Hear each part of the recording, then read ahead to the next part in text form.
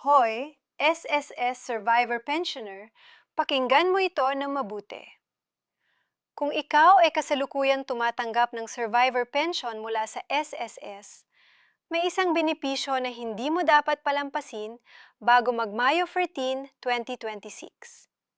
Oo, may loan program ang SSS na espesyal para sa mga katulad mo, at ang karamihan sa inyo ay hindi pa ito alam. Hindi kailangan ng collateral.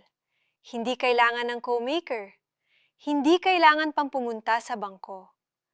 Ang SSS mismo ang magbibigay sa iyo ng pera batay sa iyong buwanang pensyon. At ang proseso ay mas madali kaysa sa inaakala mo. Sa susunod na ilang minuto, ibubunyag namin ang lahat ng kailangan mong malaman. Ang exact na halaga, ang mga kondisyon, ang proseso ng pag-apply, at ang mga tips para mabilis na ma-approve ang iyong aplikasyon. Huwag kang aalis sa video na ito. Ang impormasyong ito ay pera, literal na pera, na maaaring nasa iyong account bago pa man matapos ang buwan. Maligayang pagdating sa aming channel, ang inyong pinakamapagkakatiwalaang pinagkukunan ng impormasyon tungkol sa lahat ng government benefits na para sa bawat Pilipino. At ngayon, magdadala kami ng isa sa mga pinakamahahalagang paksa na talagang kailangan ng lahat ng SSS Survivor Pensioner na marinig. Kaya kung ikaw ay isang balo, isang anak na umaasa sa survivor pension ng iyong yumaong magulang, o isang kamag-anak na tumutulong sa isang survivor pensioner, nandito ka sa tamang lugar sa tamang oras. Siguraduhing mapanood mo ang video na ito hanggang sa dulo dahil dito sa bawat segundo, may mahalagang impormasyon na hindi mo mahahanap kahit saan pa. Magsimula tayo sa isang tanong na simpleng tanong, ngunit ang sagot nito ay nagbabago ng buhay ng maraming pamilya sa Pilipinas. Alam mo ba na bilang isang SSS Survivor Pensioner, mayroon kang karapatang mag-apply ng loan direkta mula sa SSS? Marami sa ating mga kababayan ang nakaalam tungkol sa monthly pension, ang death benefit, ang funeral benefit, at iba pang pangunahing benepisyo ng SSS. Pero ang pension loan program, ito ang isa sa mga pinaka-underutilized na benepisyo na inaalok ng SSS sa ngayon, at ang dahilan ay simple lang. Karamihan sa mga pensioner ay hindi alam na ito ay available para sa kanila. Ngayon, bago pa man natin pag-usapan ang mga numero at ang proseso, kailangan muna nating maunawaan kung sino talaga ang tinatawag nating SSS Survivor Pensioner. Ang isang survivor pensioner ay ang tao o mga tao na kinikilala ng SSS bilang legal na benepisyo ng isang miyembro ng SSS na namatay na. Ang pinaka-primary beneficiary ay karaniwang ang asawa o ang mga anak na menor de edad ng yumaong miyembro. Kung ang asawa ay wala na rin, maaaring ang mga anak na nasa tamang edad ang maging benepisyo. At kung wala rin silang anak, maaaring ang mga dependent na magulang ang maging susunod na benepisyo. Ang survivor pension ay isang buwanang halaga na ibinibigay ng SSS batay sa average monthly salary credit ng yumaong miyembro at ang bilang ng kanyang kontribusyon sa SSS habang siya ay buhay. Hindi ito isang beses na bayad lamang. Ito ay isang patuloy na buwanang kita na tumutulong sa pamilya na naiwan. At ang magandang balita, habang ikaw ay tumatanggap ng survivor pension na ito, mayroon kang karapatang gamitin ang iyong pensyon bilang basehan para sa isang loan mula mismo sa SSS. Ngayon pag-usapan natin ang mga kinakailangan para maging eligible. Ang una at pinakamahalaga ay ang tinatawag na seasoning requirement. Ayon sa patakaran ng SSS, kailangan kang makatanggap ng hindi bababa sa 12 buwan o isang buong taon ng iyong survivor pension bago ka pwedeng mag-apply ng pension loan. Bakit ganoon? Dahil gusto ng SSS na matiyak na ang iyong pensyon ay stable na, aktibo na, at walang anumang pending na issue bago sila magbigay ng karagdagang pinansyal na tulong sa pamamagitan ng loan. Ito ang proteksyon para sa iyo at para sa SSS. Ang pangalawang kondisyon ay ang kalagayan ng iyong pension account. Kailangan na ang iyong pensyon ay aktibo at regular na natatanggap. Kung may anumang suspensyon, hold, o pending na issue ang iyong account, maaaring hindi ka maaprubahan ng loan hanggang hindi naresolba ang naturang problema. Kaya ang pinakaimportanteng hakbang bago mag-apply ay ang tiyakin na malinis at updated ang iyong SSS account. Ang ikatlong kondisyon ay ang age restriction. Hindi pwedeng mag-apply ng pension loan ang mga pensioner na nasa edad na 65 pataas. Ito ay batay sa kasalukuyang patakaran ng SSS at maaaring magbago pa, kaya lagi kang mag-check ng pinakabagong updates mula sa opisyal na SSS website o sa pinakamalapit na SSS branch sa inyong lugar. Ngayon, oras na para sa pinakamahalagang bahagi ng aming video ngayon, ang numero. Magkano talaga ang pwede mong makuha? At ito ang sandali na maraming survivor pensioner ang nagulat nang malaman ang katotohanan. Ang SSS pension loan ay kinakalkula batay sa iyong buwanang pension amount. Sa kasalukuyang patakaran ng SSS, ang maximum na loan na pwede mong makuha ay katumbas ng 2 beses o 2 buwan ng iyong buwanang survivor pension. Halimbawa, kung ang iyong buwanang survivor pension ay 3,000, ang iyong maximum loan ay 6,000. Kung ang iyong pensyon ay 5,000 bawat buwan, ang maximum mo ay 10,000. Kung mapalad ka at ang iyong pensyon ay 10,000 bawat buwan, ang iyong maximum loan ay 20,000. Ang formula ay simple at diretso. 2 buwan ng iyong pensyon, iyon ang iyong ceiling o pinakamataas na halaga. Ngayon, maaaring isipin ng ilan na maliit ang halagang ito. Pero huwag mo muna itong husgahan ng wala pang buong impormasyon. Ang SSS Pension Loan ay may isa sa pinakamababang interest rate sa lahat ng loan programs na available ngayon sa Pilipinas. Habang ang mga bangko at informal na nagpapautang ay nag-charge ng 10% o higit pa bawat buwan sa ilang kaso, ang SSS Pension Loan ay nagbibigay ng mas mababang rate na nagpapanatili ng iyong loan na manageable at hindi nakakadagdag ng napakalaking burden sa iyong buwanang budget. At ito ay isa pang magandang aspeto ng SSS Pension Loan na hindi dapat kalimutan. Kapag naaprubahan ang iyong loan at sinimulan mong bayaran ito, ang mga bayad ay automatikong ibabawas mula sa iyong buwanang pensyon. Ibig sabihin nito, hindi mo na kailangang mag-alala na makalimot kang magbayad. Hindi mo na kailangang pumunta sa bangko bawat buwan para mag-remit ng bayad. Ang SSS mismo ang bahala sa repayment process. Bawat buwan, ibabawas nila ang iyong amortization mula sa iyong pensyon at ang natitira ay ipadadala sa iyong account. Simple, convenient at worry-free para sa mga pensioner na madalas ay mas gusto ang mga sistemang hindi komplikado. Ngayon, pag-usapan natin ang repayment period o ang tagal ng pagbabayad ng iyong loan. Ang karaniwang repayment period ng SSS Pension Loan ay 2 hanggang 3 taon. Halimbawa, kung ang iyong loan ay 10,000 at ang iyong buwanang amortization ay mga 350 bawat buwan, sa loob ng 2 taon ay mababayaran mo na ang iyong loan nang hindi nagiging mabigat ang iyong buwanang gastusin. At matapos itong mabayaran, pwede kang mag-renew ng bagong loan. O, maaaring mag-renew. Ang SSS Pension Loan ay hindi isang beses na oportunidad lamang. Ito ay isang paulit-ulit na benepisyo na pwede mong gamitin habang ikaw ay aktibong pensioner at nakakatugon sa lahat ng kinakailangan. Ang proseso ng pag-apply ay isa ring napakagandang paksa na pag-uusapan natin ngayon. Noong mga nakaraang taon, kailangan pang pumunta ng personal sa SSS branch para mag-apply ng loan. Ngunit sa kasalukuyang digital na panahon, ang SSS ay naglunsad ng kanilang online portal na tinatawag na MySSS o MySS. At sa pamamagitan ng portal na ito, maaari kang mag-apply ng pension loan kahit saan ka naroroon sa Pilipinas, kahit nasa probinsya ka, kahit hindi ka makaalis ng bahay dahil sa kalusugan o sa iba pang kadahilanan. Ang unang hakbang ay ang pagtiyak na nakaregister ka sa MySS portal. Kung hindi ka pa nakaregister, kailangan mong pumunta sa opisyal na website ng SSS na www.sss.gov.ph at mag-sign up gamit ang iyong SSS number at ang iyong personal na impormasyon tulad ng iyong buong pangalan, petsa ng kapanganakan, at ang iyong registered email address.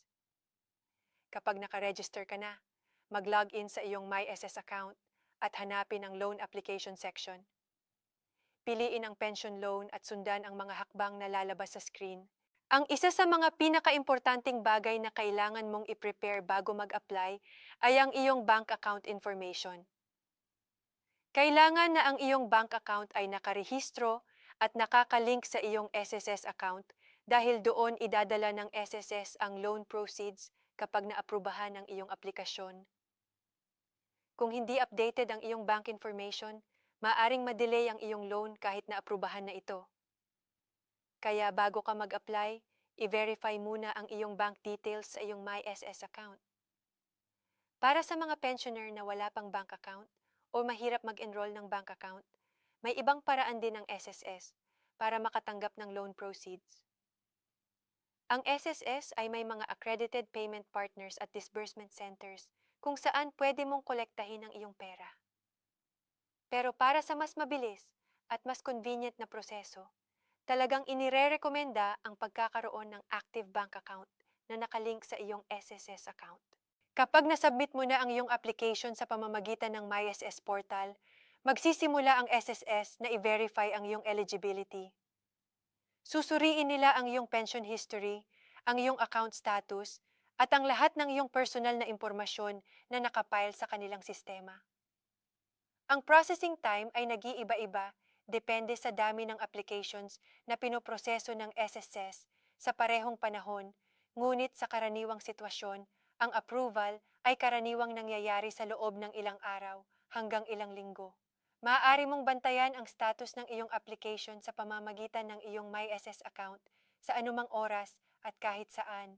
Ngayon, may isang napakahalagang proteksyon para sa iyo bilang SSS pensioner na may loan na gusto naming ipaliwanag ng mabuti.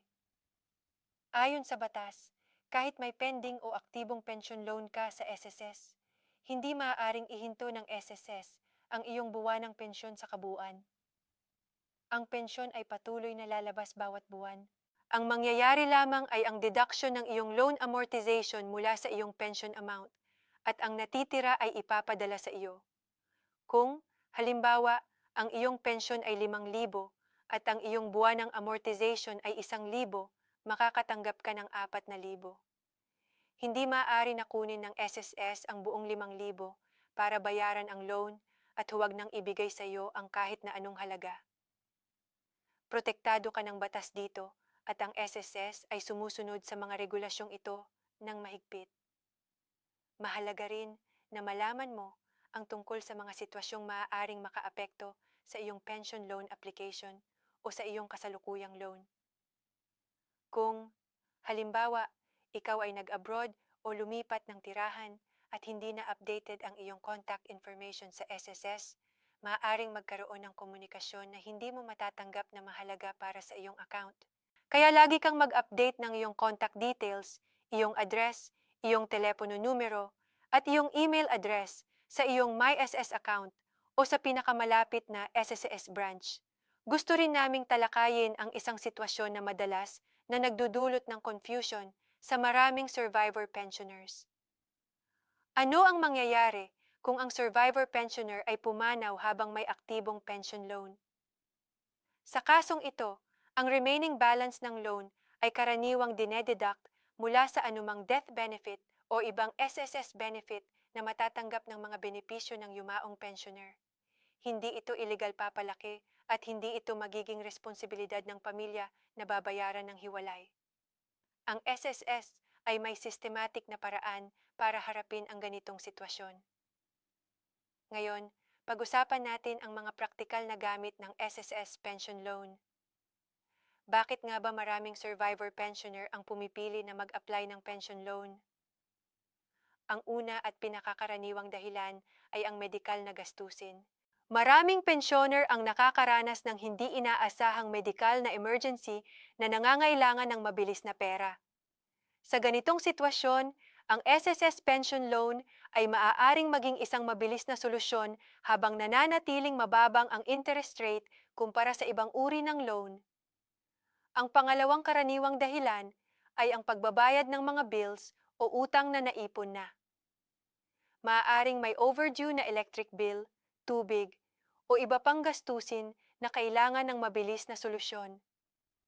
Ang pension loan ay maaaring gamitin para ayusin ang ganitong mga sitwasyon nang hindi kailangang mangutang sa mga pribilehiyado o mga nagpapautang na may napakataas na interest rate. Ang ikatlong dahilan ay ang pang-edukasyon na gastusin. Maraming survivor pensioner ang pamilya na may mga bata pang pag-aaral. Ang school fees, mga school supplies, at iba pang educational expenses ay maaaring saklawin ng pension loan para masiguro na hindi mahiwalay ang mga bata sa paaralan dahil lang sa kakulangan ng pera.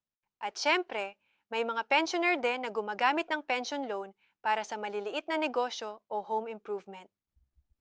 Ang pagpapagawa ng bahay o ang pagsisimula ng isang maliit na negosyo ay maaaring matulong sa long-term na kalagayan ng pamilya.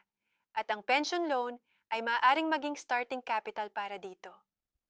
Gusto naming bigyang diin na kahit saan mo gamitin ang iyong pension loan, ang pinakaimportanteng bagay ay ang siguruhing kaya mong bayaran ito ayon sa nakaschedule na repayment. Dahil ang monthly deduction mula sa iyong pensyon ay magiging tiyak at regular, kailangan mong planuhin ang iyong buwanang budget ng maayos para masiguro na ang natitira mula sa iyong pensyon pagkatapos ng deduction ay sapat pa rin para sa iyong pang-araw-araw na pangangailangan. Mayroon ding isang balita na gusto naming ibahagi sa inyo na nauugnay sa pinakabagong mga pagbabago sa SSS. Sa mga darating na buwan, maaaring magkaroon ng mga pagbabago sa pension loan program ng SSS na maaaring makaapekto sa maximum loan amount, ang interest rate, o ang mga kondisyon ng eligibility. Kaya lagi kaming nagre-rekomenda na ang lahat ng survivor pensioner ay mag-follow ng opisyal na SSS social media accounts, mag-subscribe sa kanilang email updates, at paminsan-minsang bisitahin ang opisyal na SSS website para hindi mapalampas ang anumang mahahalagang announcement. Bago mag-Mayo 14, 2026, inirerekomenda namin na ang lahat ng qualified na survivor pensioner na hindi pa nag-a-apply ng pension loan ay magsimula ng maghanda ng kanilang mga requirements at mag-check ng kanilang MySS account. Para sa mga hindi pa alam kung qualified ba sila, narito ang isang simpleng checklist na maaari ninyong gamitin. Una, tinanggap ko na ba ang aking survivor pension sa loob ng mahigit 1 taon? Pangalawa, aktibo ba ang aking pension account at walang suspension o hold? Pangatlo, wala pa ba akong sapatupat na edad ng 65? At pang-apat, updated ba ang aking bank information at contact details sa SSS? Kung ang sagot mo sa lahat ng mga tanong na ito ay oo, malamang ay qualified ka na para mag-apply ng SSS pension loan ngayon.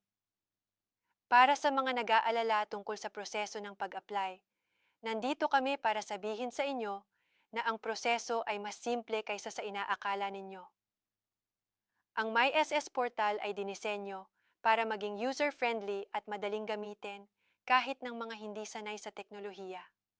At kung talagang hindi ka komportable sa online na proseso, maaari ka ring pumunta sa pinakamalapit na SSS branch sa inyong lugar at humingi ng tulong mula sa mga SSS staff na handang gabayan kayo sa proseso ng pag-apply.